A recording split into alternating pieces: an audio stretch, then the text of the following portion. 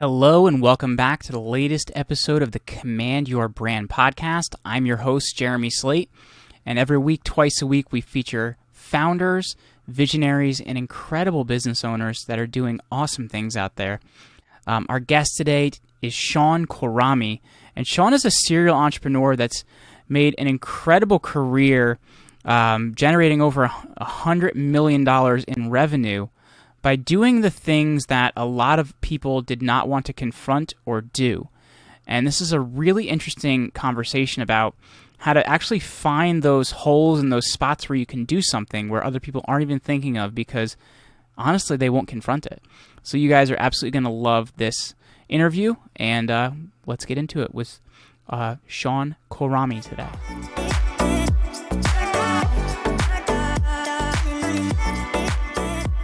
Hey, what is up, everybody? Jeremy here, and I'm very, very excited for our guest today as we have a serial entrepreneur with us who's helped more than a dozen businesses with up to $100 million in revenue. Welcome to the show, Shawn Khorrami. Hi, Jeremy. How are you?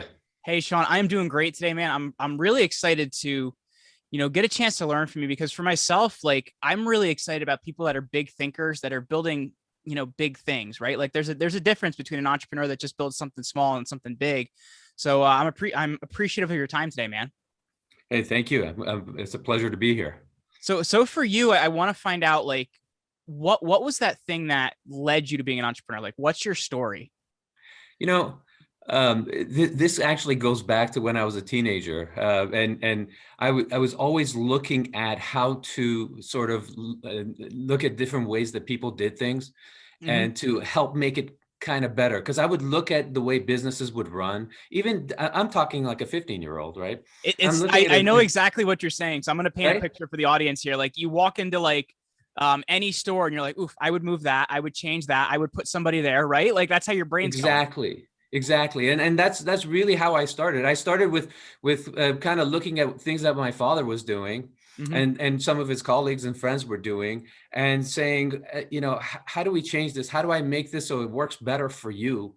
And that's really how it started. And I noticed that I was always thinking through that. And as I was going through college, by the way, I started my first business when I was in high school. And then what I did was I sort of got, spun it off and wanted to go to college, went through college.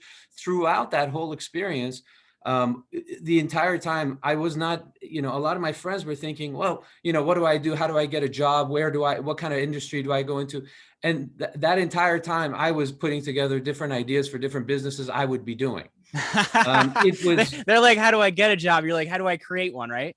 Yeah. And the one place where I look at it and I'm like, sometimes someone asks me a question and I say, oh, I can't be that helpful. You know what it is?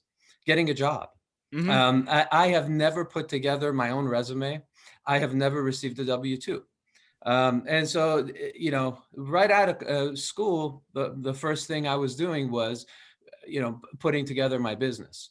And that's really how I got started in starting businesses. And then once I started my first business, I was looking at, one thing people typically think when you're starting something or where you have a new product or something like that, they immediately think you're creating an entire new market. That's very rarely the case. Usually you're stepping into a market, you're entering an existing market. And so when I started my business out of college, I was looking at my competitors and people I would meet and colleagues I had and the people who became my friends. And I would look at the way they were running their businesses, similar businesses. And then what I became interested in is all of the things that sometimes they were neglecting, sometimes they didn't know about, and sometimes they just hated doing. And what I look at is that whole thing is kind of the back officing of any businesses, any business. And so what I started doing was the following businesses that I started doing was back officing my own competitors. Who were really, I considered them to be my friends because we would meet at conventions or what have you. And I would come up with different ideas on how we all could do things better. Mm-hmm. and bringing that value to them, or making some process that they hated or neglected, and bringing that value and making their businesses better, actually really energized me, even though I was competing in the same business. And so every company I would start would be kind of an offshoot like that, where I was servicing the same industry. And then once in a while, I would go off into other industries. Some kind of business would interest me, and I'd say, well, I want to do that. And then I would go do it. So that's the way I sort of started. So I guess from that perspective, then, what makes you look at something like that, right? Because a lot of entrepreneurs would look at that and they would say, first of all, like, why would I want to work with people that are my competition? You know, they're my competition, right? I don't know if you've ever seen the show, but I've been obsessed with the show Suits. Like, I just wrapped up the whole series, and these lawyers are like always competing with each other, and I'm like, oh my gosh, how is the work world like that? And I guess, like, looking at it, like, what would make you want to, you know, number one, create things from your competition. Number two, how do you see those opportunities, right? Because I think not a lot of Yeah. people see those. Yeah. First of all, a lot of people enter something with a scarcity mentality. And I never looked at it that way. I'm entering a market, and I see typically when I choose a market, I Mm-hmm. see a lot of stuff happening, a lot of things that people still need to be doing, a lot of growth. So I don't approach my competition that way.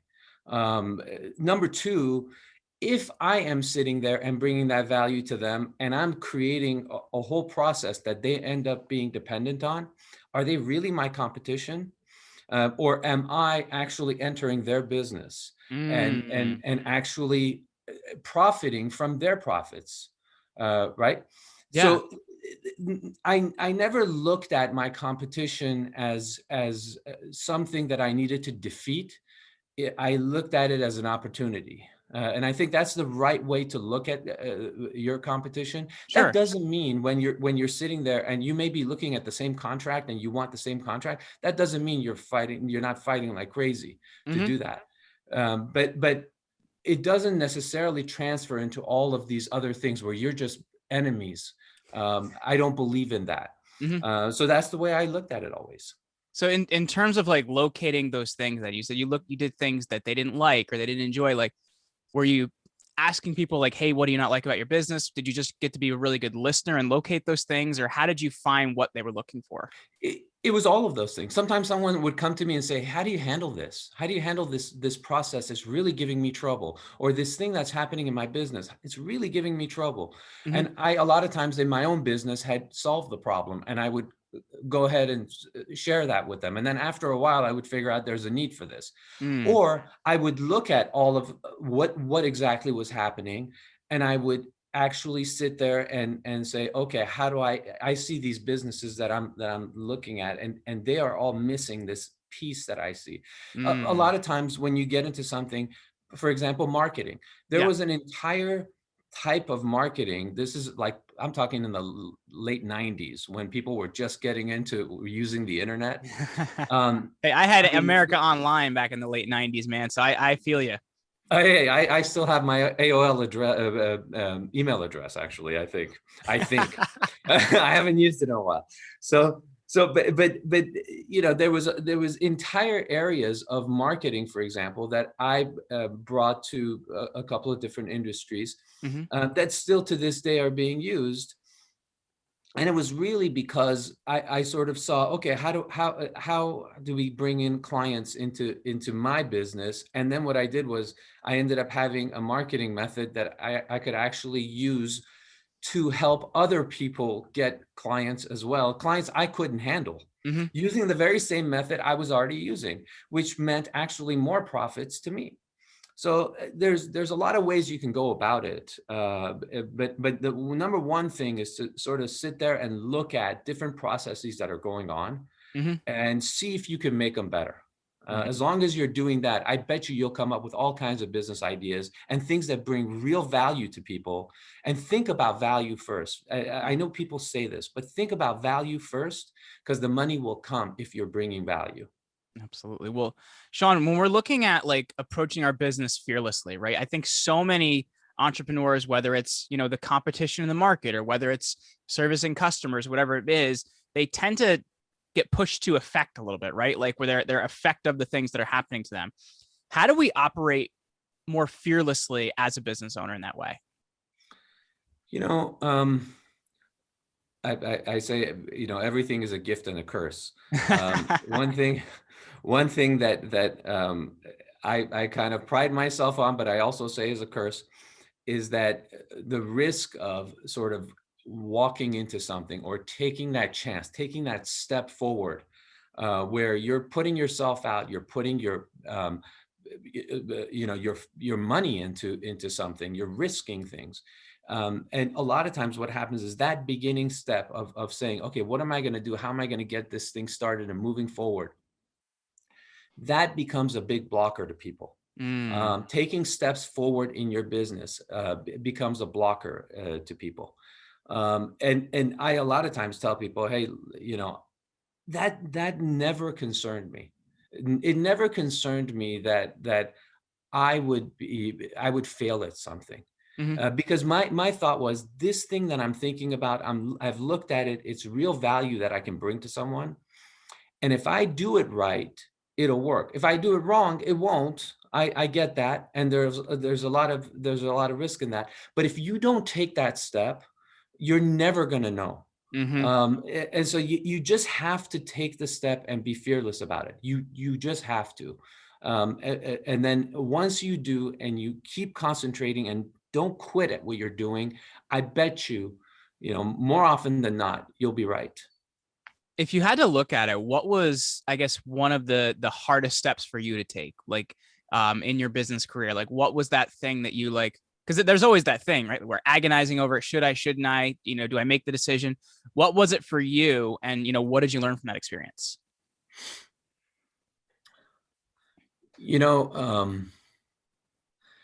That's an interesting question, because, in terms of starting something, I never think that way. Where it really was agonizing for me was where things would be failing, and when to sort of walk away from something and say, whatever it is, this one is not going to work. And that's something, where I have a tendency to keep trying to make something work, and have difficulty walking away from it. That's something that I agonize over greatly. But Jeremy, there's really two things that I noticed throughout all of this stuff, because I've had huge amounts of successes, but with that comes catastrophic failures, and I've had catastrophic failures. Some of my businesses have failed in a terrible way, and so through that, what I noticed was two things. One thing was, I love the journey. And I told my wife this a number of years ago. I said, it's great when the business is doing great, and you have all these employees and everything. You have departments and all that, and hundreds of employees going this way and the other way. I said, but I love building. I love that journey of going from that. I think as entrepreneurs, we're often addicted to that part of it, right? Like the part when we're broke and things aren't going so well, but it's a hustle and a grind, right? Yeah. And that's the thing I really loved, and that's part of the reason I do what I do, and what I do now, which is helping a lot of people, hopefully. Number two is that because I started my own businesses, and because of the way I functioned, which is just constantly going at it, there is virtually nothing that one of my colleagues or one of my clients or one of my friends comes and tells me that, any of them that are running some sort of a small or medium-sized business, that I haven't sat in their seat. Which a lot of times when you go and get a consultant, or you go get someone to help you with something, they've never sat in your seat. Most of the time they haven't actually had their own business where they've sat there and they've been in that difficult situation or that good situation, how to take advantage of it. And so those two things really drive me to sort of help people, but do what I do. I guess then looking at that, then it's interesting, because I feel like this is how life is in the best of times, right? Whether it's building a business, whether it is, building a family, whatever it may be. But, the world's a lot different now, right? Like in the past 18 months, they've really changed, Shawn. They really have. And I feel like this is an ongoing conversation I've been having again and again and again. I was just talking to somebody about hiring yesterday. We did an episode where we were talking about hiring and how that's changed because people aren't in offices and things like that. And I guess when you're looking at it, what do you see businesses struggling the most with in the COVID era? And, what advice have you given them? Yeah, and that's a very good question, because COVID brought about an unprecedented disruption into businesses, Mm-hmm. and something that people generally can't even anticipate. In our lifetimes, we haven't seen that kind of a disruption. Mm-hmm. And so you're suddenly faced with something. And in the COVID era, what I advise people is that, because people immediately, a lot of people started basically covering their eyes and saying, "Oh my God, the world is ending." Mm-hmm. And what I actually said to people over and over is you have to look for the opportunity. Now, there were certain companies that were during this period of time that were positioned perfectly. The Amazons of the world were waiting there and sitting there and trying to get us stuff for times when we don't want to leave the house. Correct. But even the Amazons of the world saw the opportunity. And even though there was all that growth there, what they did was they took extra, but they said, how do we take advantage of this? And there are businesses that were really affected, restaurants that were affected, and people who, I mean, just they're tragic stories of people losing their lives and their businesses. And that's horrible. But at the same time, what the people that prospered, the people that actually made it through were the people that said, okay, this has happened. Where's the opportunity? Mm-hmm. And there is always an opportunity, no matter what business you're in, no matter what industry you're in, there's always an opportunity. You need to look for that and immediately start making changes. It's interesting too, because I think that's where the real innovation comes from. I know we were just looking at a house a couple of days ago, and they have this new app where, you biometrically scan your face after you put in your driver's license on the app, the door unlocks and you can go look at the house. Like, when would that have happened? But now, because it's necessary. And I think it's actually created a lot of innovation in some ways. Absolutely. And you see it every day. The funny thing is that disruption has caused all kinds of changes, because what happens is the people that are looking for those opportunities, what they're looking at is what consumers are doing, what we are doing as people, the needs that we have. Mm-hmm. And they are trying to address that. So all of these little things that you see come about because of that. Yeah. And that's true altogether. But when you look at COVID specifically, where you have that huge disruption and again, that doomsday look to things, you see all of these people that went into action and looked for opportunities and then created products and services that match the times and match the consumers. Absolutely. Well, Shawn, I've really enjoyed our conversation today. For the people listening, if they want to connect with you and learn more about what you're doing, where's the best place for people to go? Well, one is KhorramiConsulting.com. That's is my last name. It's tough to spell. KHORRAMI Consulting.com. We also, funny thing you should mention, COVID. Me and a couple of my partners actually put together an ebook that goes through what the things that you can do to address things like COVID, but you can apply it to any major disruption. And for that, you can go to eplaybooks.com and pick up a free copy, and hopefully it'll help you. Very cool. Well, Shawn Khorrami, thank you so much for hanging out with me today. Thank you, Joe.